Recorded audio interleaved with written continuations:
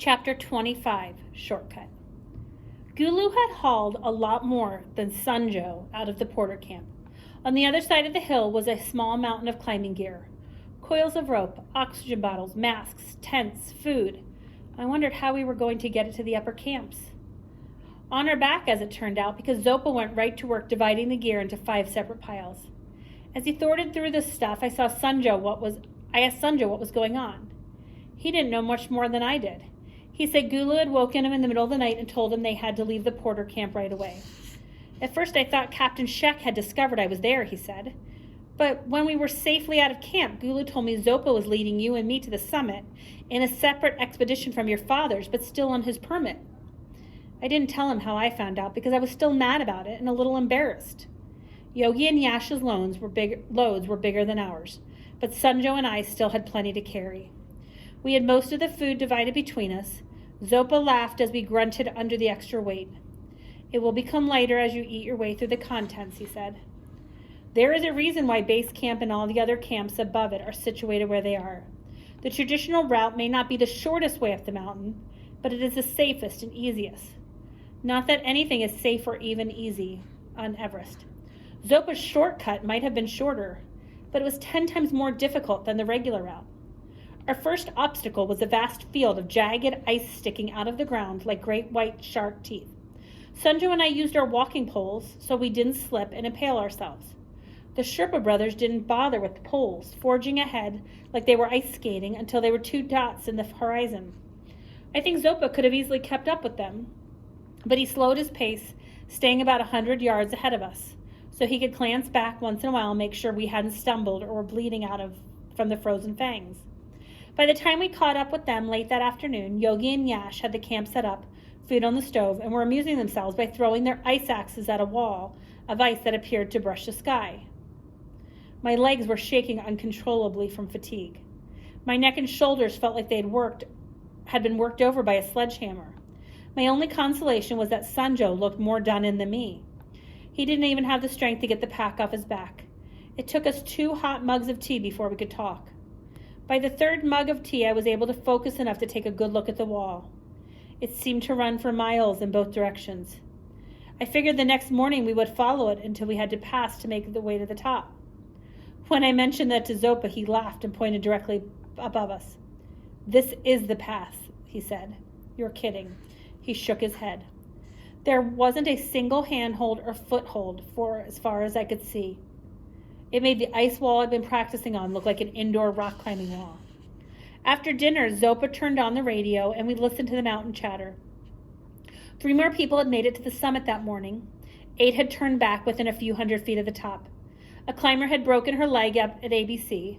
The virus seemed to have run its course, and everyone who was stuck at base camp was rapidly getting better. I was about ready to call it a day and crawl in my tent when Josh came on the radio, making small talk with one of the other expedition leaders at Camp 4. This was very unusual. Josh was a firm believer that the radio should only be used to transmit important information. He hated it when people used it like a cell phone. They talked about the weather, the woman with the broken leg, and scheduling summit attempts. "Heard you had a falling out with your son," the leader said. There were no secrets on the mountain. "Yeah, he left," Josh said, "but we'll patch it up when I get down. He's a good kid. I think Captain Shek was going to try and yank his climbing permit anyway. Not that I would have let him." "Is Shek still hunting for the other kid?" "Yeah, still on the warpath. He detained a porter this afternoon named Gulu. He let him go after a pretty tough grilling, but Gulu didn't know anything. That kid left here weeks ago. Not sure what he's trying to prove. I heard he was having some more soldiers trucked in, and some of them are climbers. He's going to send them up the mountain to check the higher camps. It's insane. I sent an email to the Chinese government and have my lawyers checking into their official actions. The Chinese make a lot of money off these permits. Be a shame if one overzealous soldier dried up their revenue source. But what are we going to do? Anyway, good luck at Camp 5. I'll check in with you tomorrow. Out." Zopa switched off the radio. The entire conversation had been set up for us, at least on Josh's end. We couldn't participate, but we could learn a great deal by listening. None of us liked the idea of the Chinese climbers coming in. "They won't be able to get past ABC," I said. "They don't have time to acclimate." "Perhaps," Zopa said. "How do we get by them on the way back down?" Sunjo asked. Zopa shrugged. But this time I think he really meant it. He didn't know.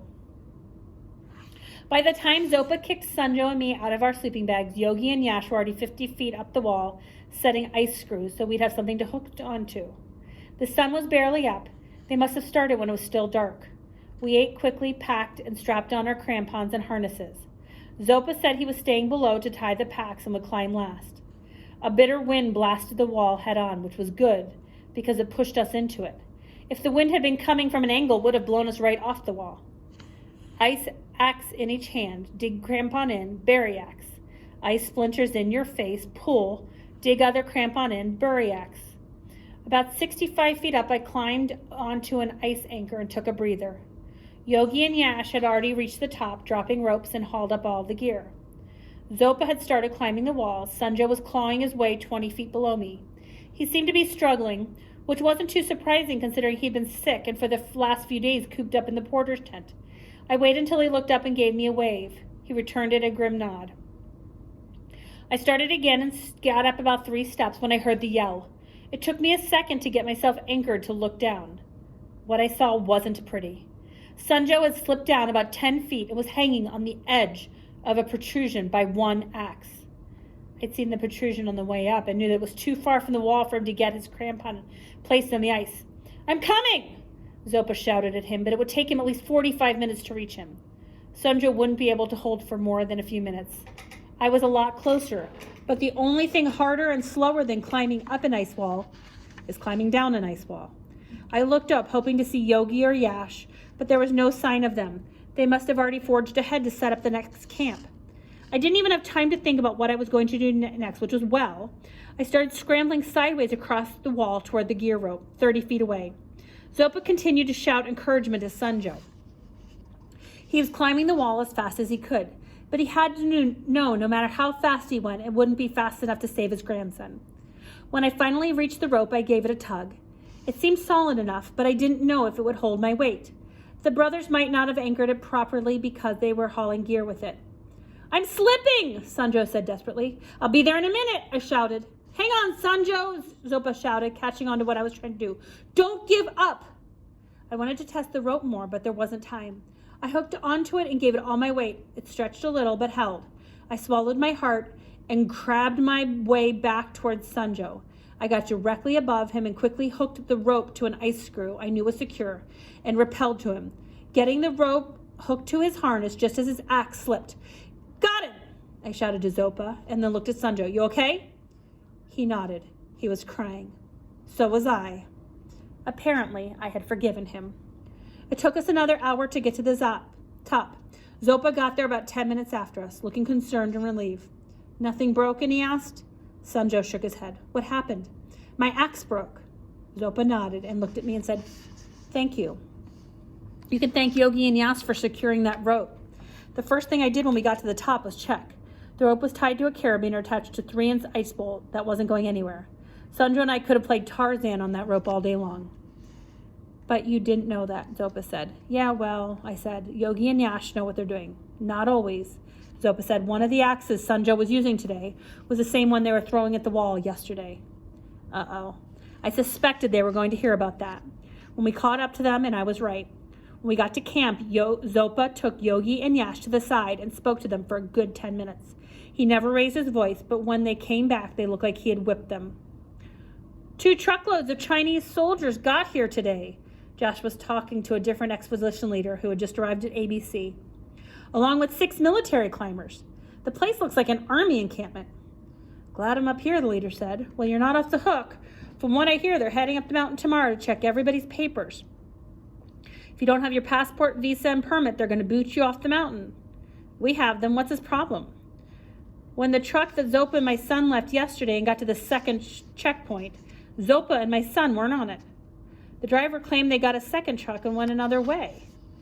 "I hope your son's okay." "No worries. Zopa wouldn't let anything happen to him. I'm sure they're well on their way to Nepal by now. I thought I'd just give you a heads up about what's going on down here." "Thanks," the other leader said. "What about the Chinese climbers? Are they any good?" "They're gung-ho and well-equipped. They pulled them off a high-altitude climb, but I'm not sure where they were. I wouldn't be surprised if they tried to summit while they're up here. I know I would." "I hear you. It's going to get crowded at the top." Zopa and the brothers spread a map out and started talking in Nepalese. "What's going on?" Zopa says we can't stay in any of the camps until we reach Camp 5, Sunjo explained. They're picking alternative sites. I looked at the map. We were just about parallel to Camp 2, but 7 or 8 miles to the north. It would take us at least another day to pull even with ABC. We could be on the summit in less than a week.